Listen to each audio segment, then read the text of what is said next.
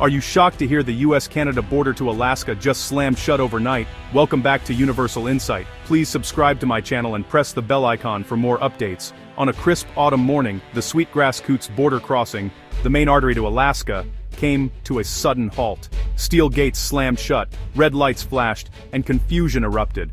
Horns blared as families and truckers poured from their vehicles, demanding answers. Canadian border guards stood silent, offering no explanation. The message was unmistakable. The road to Alaska was closed. This wasn't a routine delay, it was a calculated shutdown, severing a vital link between the US and its northernmost state. News spread instantly, shocking communities and businesses from Seattle to Anchorage.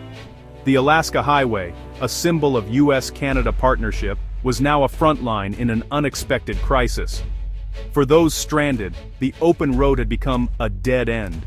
Truckers with perishable goods and families with urgent destinations faced a blockade with no answers. The world watched as a simple border crossing became the epicenter of an international standoff. What triggered this sudden closure, and what would happen next? The continent held its breath.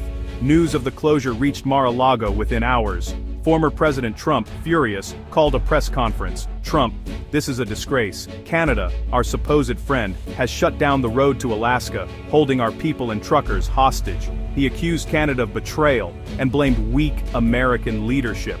"Trump, when I was president, this would never have happened. Trudeau wouldn't have dared. He warned of severe consequences if the border wasn't reopened immediately.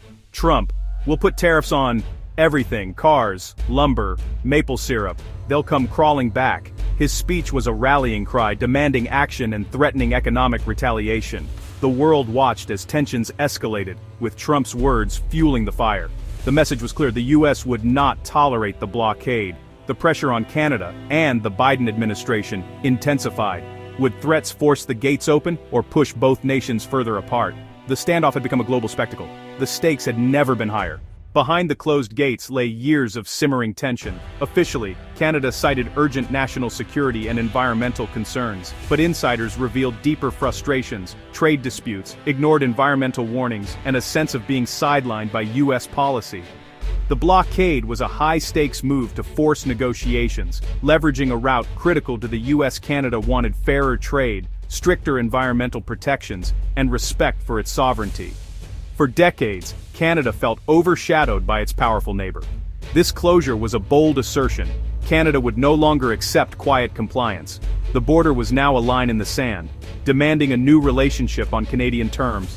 The world saw not just a physical barrier but a nation standing up for itself. Would the US listen or dig in? The answer would shape the future of North American relations. The political standoff had immediate, devastating effects on ordinary people. Families stranded in border towns watched their savings vanish, their journeys halted. Truckers sat helpless as perishable goods spoiled and paychecks disappeared. In Alaska, store shelves emptied and fuel was rationed, businesses faced ruin. Canadian border towns, once bustling with travelers, fell eerily silent. The economic lifeline between two nations was severed, leaving communities on both sides in crisis.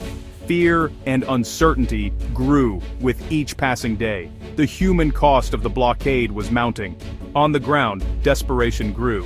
Sarah Jenkins, a Fairbanks business owner, was stranded with her entire holiday inventory.